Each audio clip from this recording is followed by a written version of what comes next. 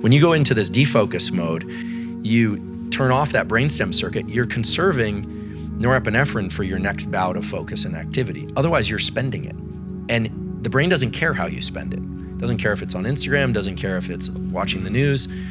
But learning how to defocus and then refocus very quickly can get you through a race that you wouldn't otherwise have been able to get through. It saves you energy and it builds energy. The other thing is we talk a lot about sleep, and sleep is extremely important, but there are other modes and brain states that can allow you to recover. One of the ones that I'm a huge proponent of and that my lab has been studying and other labs are studying is what many people call yoga nidra. It's a wonderful practice, just lying down and focusing enough of your attention so that you don't fall asleep, and enough of your attention and moving it around so that you're not really concentrating on any one thing. But what we know, so I fundamentally disagree respectfully though, with the idea that we can't recover sleep that we've lost. Because what are we really talking about there? For me, it's the ability to perform these duration path outcome analyses. So in my lab, we have people do a cognitive task, and then we place them into these very deep states of relaxation through things that are kind of like yoga nidra. And people can find yoga nidra scripts out there. They're everywhere on YouTube, elsewhere. Or we have them do a hypnosis script. Hypnosis is very similar.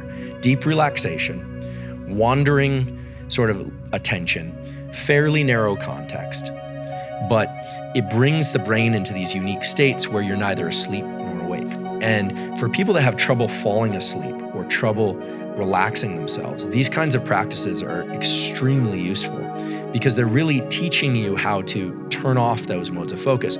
So, we live in a stressed society. Some people are stressed because they're overwhelmed, but other people are stressed because they just don't know how to turn off their brain and fall asleep. And so if you want to learn how to turn off your brain and fall asleep, these practices are immensely useful. So stage hypnosis is very different. So I have a very close collaboration with a guy named David Spiegel, who's in our psychiatry department at Stanford. We're now looking at how daily breathing exercises can impact people's sleep and levels of stress. He's done a lot of work on addiction and trauma and pain management through hypnosis. And most all of hypnosis that's clinical involves bringing one's state into one of deeper relaxation, not full sleep, and then thinking about some behavioral change that one wants to make. These are ancient practices, really, and I think that they were developed by people that understood that rewiring of the brain requires focus and deep rest. What's interesting about hypnosis is it brings those two things together at the same moment. So normally you'll work really hard on something,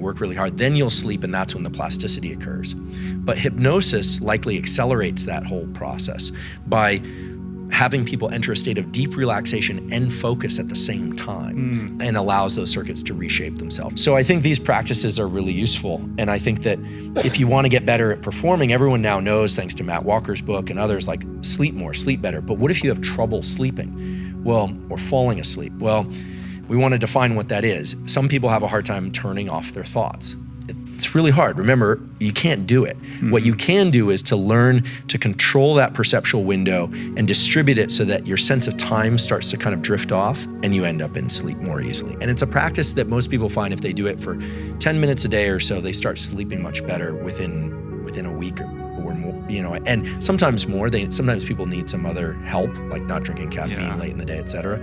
But that brain state of no duration path and outcome analysis is going to be the most restorative, and you can get it in wakefulness too. So taking a walk where you're just letting your mind go is very powerful.